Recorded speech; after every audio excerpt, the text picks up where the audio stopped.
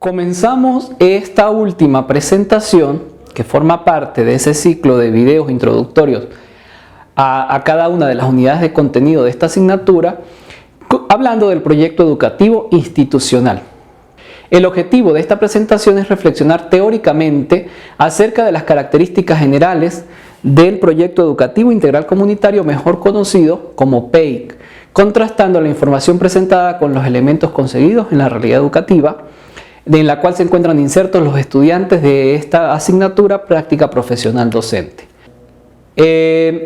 Un dato interesante es que el proyecto educativo comunitario se inscribe en la modalidad de planificación por proyectos planteada por el Ministerio de Educación, que tuvo como antecedente el proyecto pedagógico del plantel. Para Flores y Agudelo, el PEIC constituye a nivel micro la expresión de la política de la institución escolar. Contiene un conjunto de acciones, principios y acuerdos los cuales sirven de guía, orientan decisiones que se toman y que todos los integrantes de la escuela de manera responsable se comprometen a cumplir y a desarrollar. ¿Qué requiere la elaboración de un PEIC? Fomentar acciones colectivas, la participación de todos los actores educativos, escuela, familia y comunidad.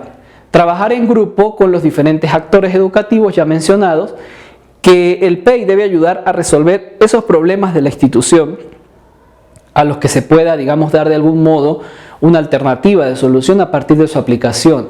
Mantener la comunicación entre todos los integrantes de la comunidad escolar, porque la institución escolar no es un ente aislado, se encuentra inserto dentro de una comunidad, hace parte de una cultura local, regional, nacional, y todos esos elementos van a influenciar su alcance y su desarrollo.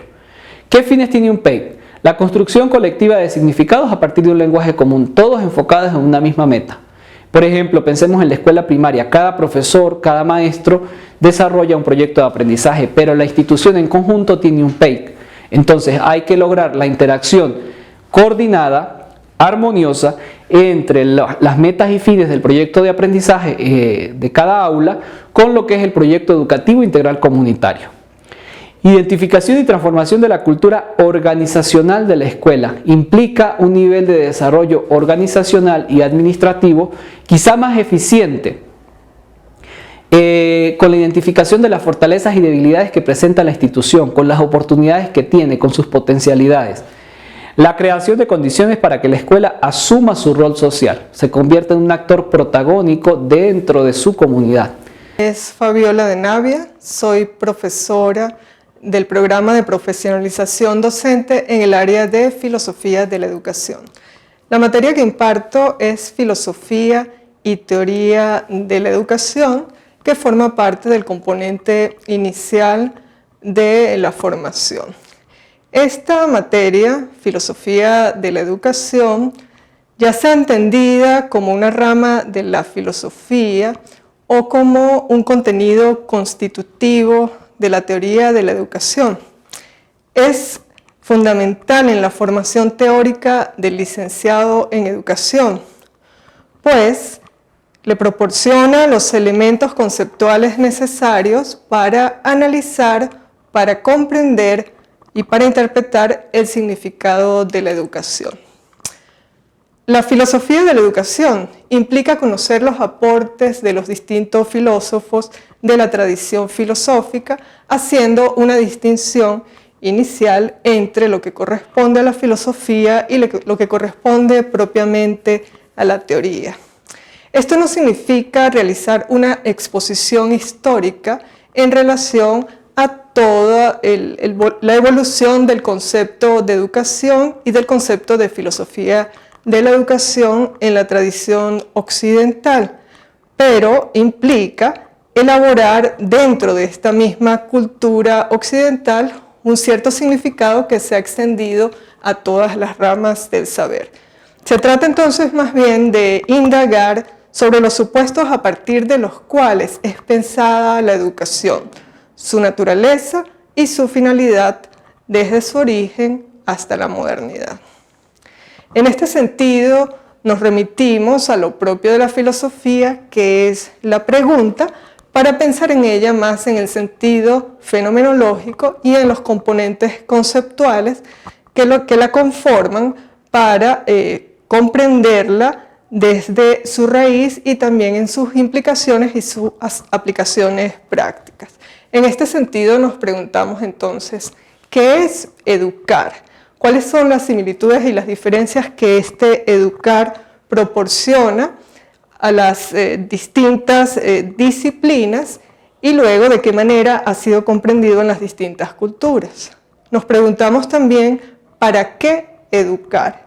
Y este para qué no tiene que ver con la funcionalidad o con la instrumentalización de la educación, sino justamente con su significado más fundamental, en tanto que el educar y la educación son elementos constitutivos de la persona humana. En tercer lugar, nos preguntamos también fenomenológicamente ¿por qué es valioso saber? ¿Qué distingue la posesión del conocimiento, del saber, de la reflexión y de la crítica, de modo que se convierta en una posesión distintiva y fundamental tanto para la vida de los individuos como para la vida de las sociedades? En el programa de Filosofía y Teoría de la Educación seguimos unos ciertos objetivos generales y unos objetivos específicos. Entre nuestros objetivos generales nos proponemos estudiar los fundamentos filosóficos de la educación, introducir a los estudiantes en el lenguaje filosófico en relación con la disciplina educativa, discutir los distintos conceptos y características de la filosofía de la educación como disciplina y analizar los conceptos de la reflexión crítica en el ámbito educativo y el ámbito pedagógico. En cuanto a nuestros objetivos específicos, nos proponemos exponer los elementos implicados en el origen de la filosofía, que tiene un origen cronológico que se remonta al siglo VII a.C. en un lugar específico que fue la Grecia antigua, para luego avanzar hacia la discusión del concepto griego de paideia, relacionándolo con el concepto actual de la educación. Nos proponemos también analizar los fundamentos filosóficos de la educación venezolana, cuáles son aquellos principios sobre los cuales se han fundamentado tanto nuestros documentos como nuestros sistemas educativos a través justamente de las formulaciones curriculares que se han sucedido a través de nuestra historia republicana. Hacemos también en esta introducción una distinción entre los distintos conceptos que se han planteado tradicionalmente en la filosofía en relación con la educación, haciendo justamente una transición entre el concepto de paideia griego, el concepto de Bildung de la tradición alemana y propiamente el concepto de educación, haciendo una distinción entre educación, formación y cultura. También nos detenemos a analizar y a interpretar los distintos ámbitos educativos o dimensiones educativas desde los cuales es posible pensar el fenómeno que llamamos educación. En este sentido, consideramos enfoques históricos, analíticos, hermenéuticos para pensar tanto en el ambiente instruccional como en las teorías del aprendizaje y lo que corresponde propiamente a la acción educativa. Esta primera parte de nuestra asignatura la abordamos siguiendo una bibliografía que por una parte es primaria y por otra parte es secundaria. Con bibliografía primaria nos referimos sobre todo a la lectura directa de los autores de la tradición filosófica y en particular de los autores canónicos de la disciplina filosófica que se relaciona con la educación, es decir, con la filosofía de la educación. En ese sentido nos remitimos a autores, por ejemplo, como Platón a través de su texto La República o como Aristóteles a través de su texto Ética a Nicómaco. Y a la vez nos remitimos, como apoyo secundario autores también filosóficos, pero que han construido su pensamiento en diálogo con los autores más clásicos. Entre estos podríamos mencionar, por ejemplo, a Gadamer, por ejemplo, a Sabater, a Nietzsche, a Schopenhauer, a Kant y a filósofos que, habiendo ellos mismos reflexionado sobre la educación, se remiten no obstante a los filósofos iniciales.